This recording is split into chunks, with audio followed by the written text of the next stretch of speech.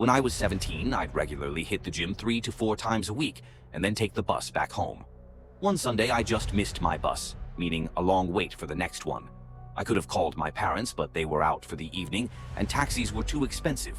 So I decided to sit in the bus shelter and wait. It was a chilly night and snow had just begun to lightly cover the ground.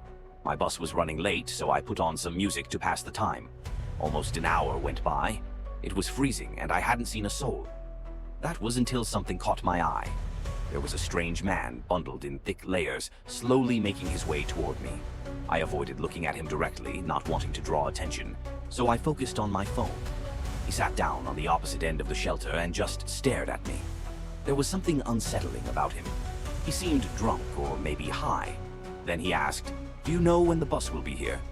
I took out my earphones and replied, "I think it's delayed because of the snow." He stared at me for a few moments, then began mumbling to himself. Feeling uneasy, I pretended to scroll through my phone. After a few minutes, I glanced over again. He had moved closer. I looked away for a second, then heard him slide even nearer.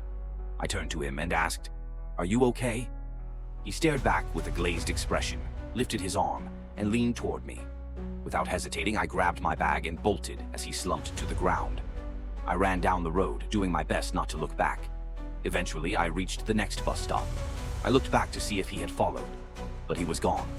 Relieved, I sat down and leaned my head against the glass, waiting for the bus. Knock, knock, knock. I jolted, turning to see him standing outside, staring at me through the glass. "What's wrong with you?" I shouted. He started moving around the shelter, coming toward me. "Stay back," I yelled, backing away in panic. I wanted to run, but had left my bag in the shelter and didn't want to leave it behind. Suddenly, the man lunged at me and I managed to dodge him. He fell face first onto the ground. I froze, noticing blood trickling from his face. I tried to get him to respond, but he was unresponsive. I called the police and paramedics, who arrived shortly after. When I explained everything, they discovered a photo in his wallet of him and a young boy who looked just like me. We guessed he had mistaken me for his son. I later learned that he'd lost his son in a custody battle and had struggled since. He was taken for treatment, and that was the last I ever saw of him. I got my driver's license soon after and have never taken a bus again.